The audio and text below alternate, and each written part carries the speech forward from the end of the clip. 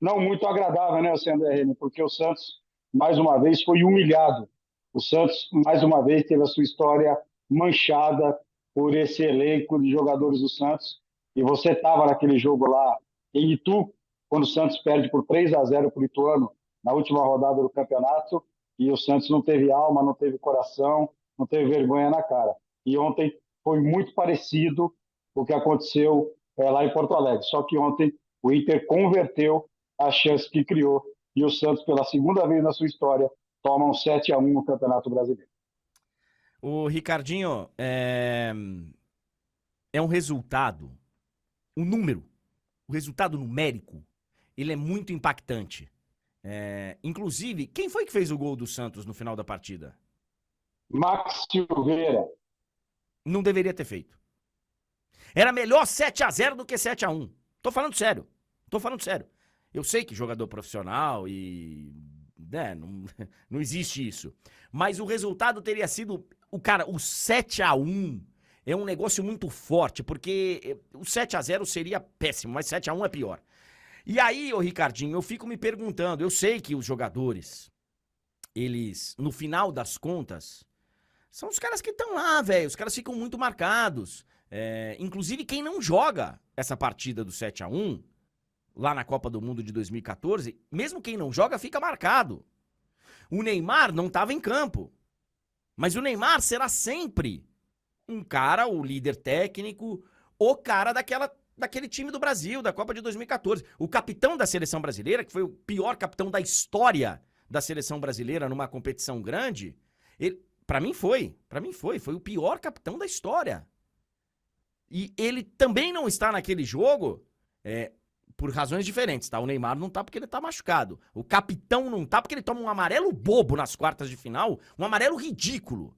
E é também por essa razão que eu acho que é o pior capitão da história de uma seleção brasileira. Ele vai atrapalhar a reposição de bola do goleiro da Colômbia. Pois é. E sabendo que é um lance de cartão amarelo, enfim, mesmo quem não está em campo fica marcado. Então os jogadores, eles são sim os caras que são os responsáveis no final das contas pelo resultado. A gente até hoje fala, pô, por que o Júlio César não se jogou, não parou o jogo depois que toma 3, 4, finge uma contusão e tal? Todo mundo fica marcado. Mas, cara, o Santos me parece que é muito mais, assim, é muito mais evidente, apesar de na seleção também ser, e eu falei aqui no começo, pô, o presidente da CBF foi pra cadeia, velho. Assim, é um negócio. Tava tudo errado. E no Santos a mesma coisa, né, Ricardinho? Porque assim, tem um responsável. Esse 7-1 tem a assinatura do presidente do Santos, não tem? Andrés Henrique Rueda Garcia, que é disparado o pior presidente da história do Santos. Ele coleciona na sua administração um vexame atrás do outro. Completou ontem 200 jogos à frente do Santos, 43% de aproveitamento. O Santos, comandado por Andrés Henrique Rueda Garcia, tem mais derrotas do que vitórias sob o seu comando. O Santos passou os maiores vexames da sua história sob o comando desse cidadão. O Santos foi eliminado de uma Copa Sul-Americana, perdendo para o Deportivo Táchira, e o senhor sabe que eu tenho coleção de camisa. Assim que terminou o jogo, eu falei, porra, essa vai ser uma camisa histórica, né? Eu fui conversar com um jogador do Deportivo Táchira, que fez o jogo, que fez o gol da eliminação do Santos. E eu juro pela Maria Eduarda, eu falei assim, eu queria comprar sua camisa. Aí no meu espanhol bem ruim, né? Mas ele entendeu, porque ele veio passar do coletivo. Ele falou: não posso. Se vender, até gostaria, não terei camisa para o próximo jogo. O Santos perdeu para um time que o cara não podia trocar nem vender a camisa, porque no próximo jogo o cara não ia ter, o time não tem camisa para jogar, que foi para o Deportivo Táchira. Esse cidadão que comanda o Santos Futebol Clube, Andrés Henrique Rueda Garcia, que é o pior presidente da história do Santos, fez um hat-trick. 3 anos seguidos, o Santos não se classificou no Campeonato Paulista, sendo que em 2 o time chegou na última rodada lutando contra o rebaixamento, e no terceiro ano a gente transmitiu lá em Itu um dos jogos mais vergonhosos da história do Santos. Não contente com isso, em 3 anos que ele foi o presidente do Santos, o senhor Andrés Henrique Rueda Garcia, nos 3 anos do Brasileiro, o Santos lutou para não cair até as últimas rodadas e participou de forma ridícula de Copa do Brasil e de Copa Sul-Americana. Esse cidadão é o pior presidente da história do Santos e teve a capacidade, senhor André Henning, a semana passada, quando perguntaram, porque para mim ele não dá mais entrevista. Não sei por quê, para mim ele não dá mais entrevista. Ele atendeu vários colegas em Santos e ele falou assim, eu sou bem criterioso, hein? Aí, presidente, qual que é a sua nota da administração? É nota 7. Ele tá completamente equivocado, né? Completamente equivocado. Não...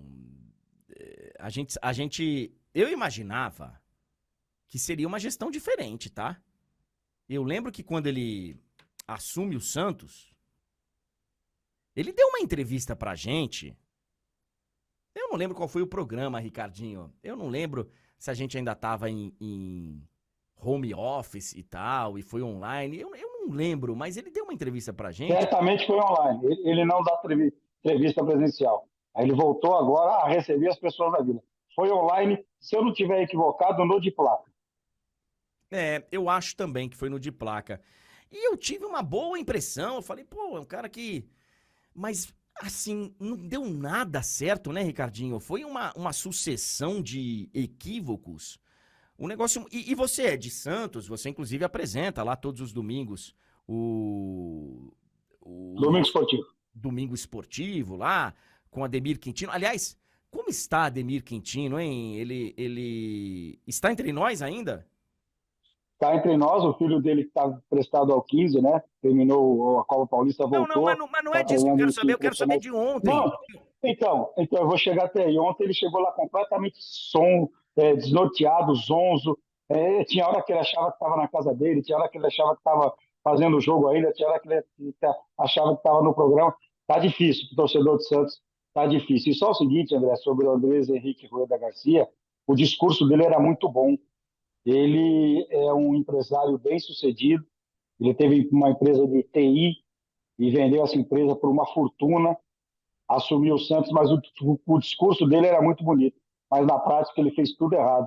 Ele falou que não entendia nada de futebol, e ele tem razão, ele realmente não entende nada de futebol, mas em um determinado momento, no ano passado, ele foi o gerente de futebol e o presidente do Santos. Ele falou que ia colocar as pessoas certas nos lugares certos. Ele não fez isso em nenhum momento.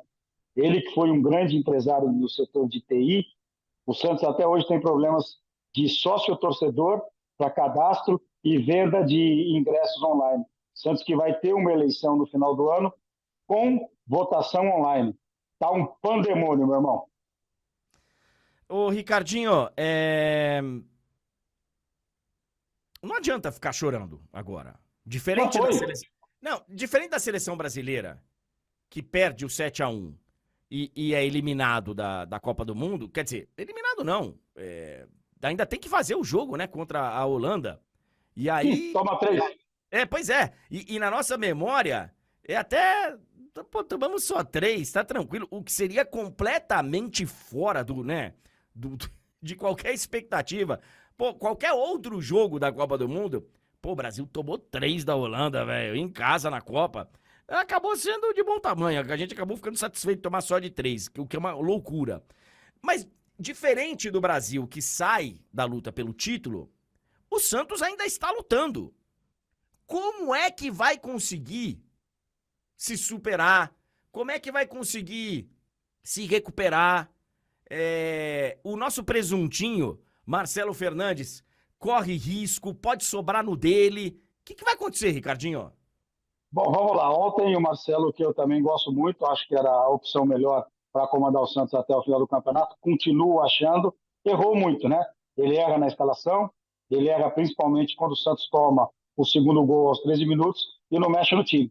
Ele tinha que ter fechado o meio, tinha que sair de Porto Alegre com 2, 3, quem sabe até um 4-0, saiu com 7-1. Então ontem ele foi mal. Verdade que ele não teve o João Paulo, não teve o Jean Lucas e não teve o Soteldo, mas daí tomar 7-1, o Inter jogando no planeta Terra, no Gigante da Beira-Rio, em Porto Alegre, e o Santos jogando na Lua. Então ele é muito responsável pelo que aconteceu ontem.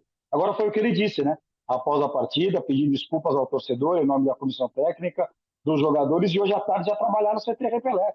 Não tem o que fazer. Aliás, hoje, Edson Arantes do Nascimento estaria fazendo aniversário, hein? Ei, como é bom lembrar do rei. Imagina o rei vendo isso. Meu Deus do céu. Então, André, presente, hein? Que presente pro Rei Pelé, hein? Que presente. Ontem fizeram até o aquecimento com uma camisa em homenagem ao Pelé. Era melhor nem ter feito. Aí o André vai ter que chutar os cacos, foi o que ele disse. Vai ter que mentalmente fortalecer os jogadores, porque você foi muito feliz. Apesar da vergonha, apesar do vexame, o Santos tem uma decisão na quinta-feira. O Santos vai enfrentar o segundo pior time do campeonato. E para mim nem chega mais como favorito. Para mim chega um jogo 50-50. Na Vila o Santos vai receber o Curitiba. Curitiba que tomou 3 do Cuiabá, tomou 2 do Palmeiras ontem. Não tem mais o que fazer no campeonato, está virtualmente rebaixado. Vamos ver psicologicamente, olha que palavra bonita e gostosa de falar, né? Como é que o Santos vai chegar para esse jogo, né? Mentalmente, como é que vai ser.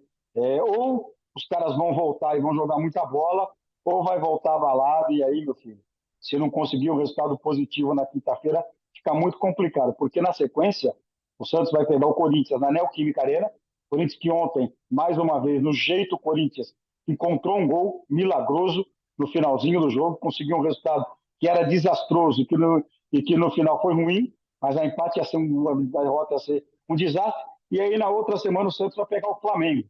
Quer dizer, contra o Flamengo não vai somar ponto, é óbvio que não vai somar, pode tomar um 7-1 de novo, né? Algo parecido, mas vai ter que somar ponto, 3 pontos contra o Coritiba e ver como é que vai ser o Corinthians no meio de semana aí, para o clássico de domingo que vem, 8h30, ou 18h30, não, desculpa, 6h30 no domingo, ver o que vai acontecer. Mas eu estou contigo.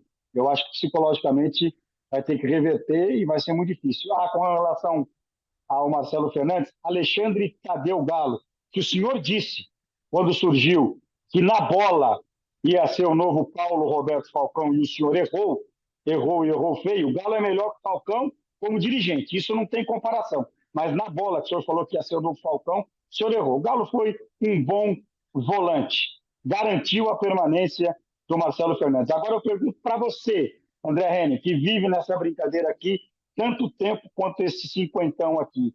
Se toma pau do Coritiba e perde para o Corinthians, tu acha que ele... Não, assim, ó, eu acho o seguinte, não dá pra você mudar o Marcelo Fernandes agora.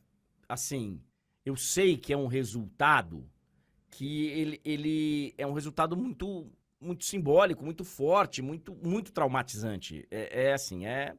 Mas eu acho que é pior você mexer errado nesse momento. Então, diferente de outros times, e daqui a pouco a gente vai falar de outros times,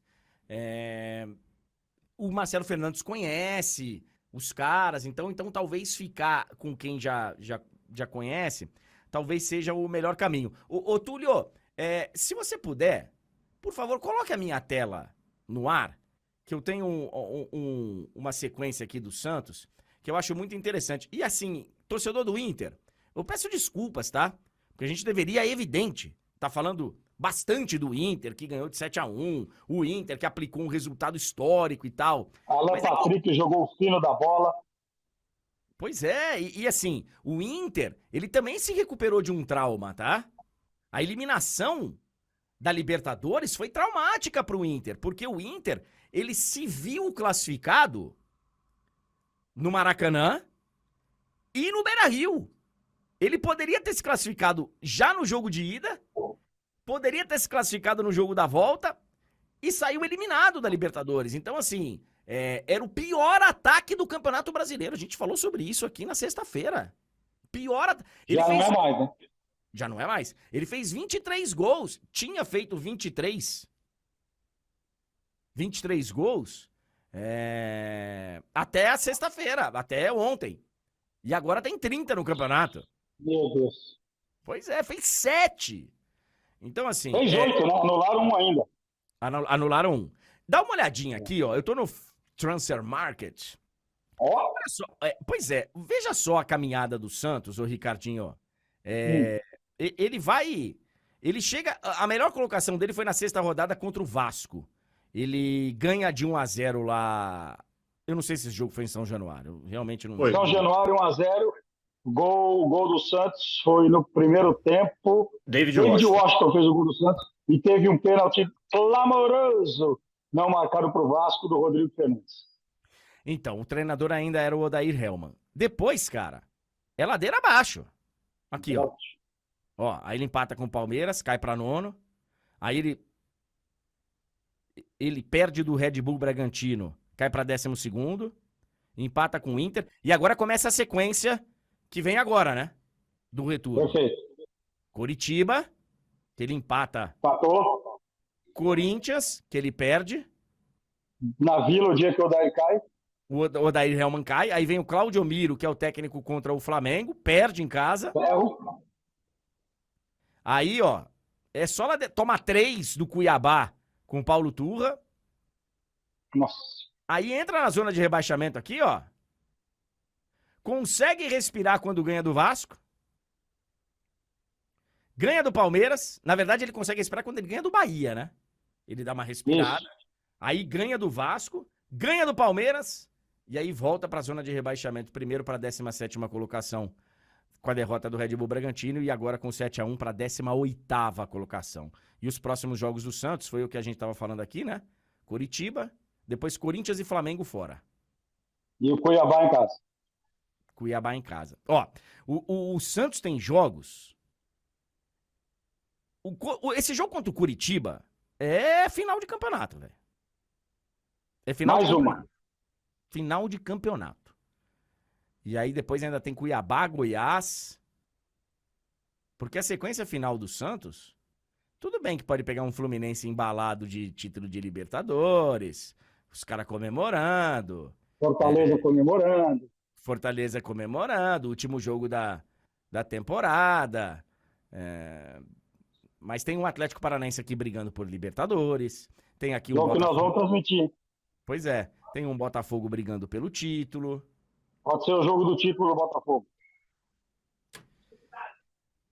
Cara, vou te falar, não tá fácil não, o Santos vai passar por maus bocados aí pra tentar se recuperar desse trauma daqui a pouco, então, porque é daqui a pouco, tá?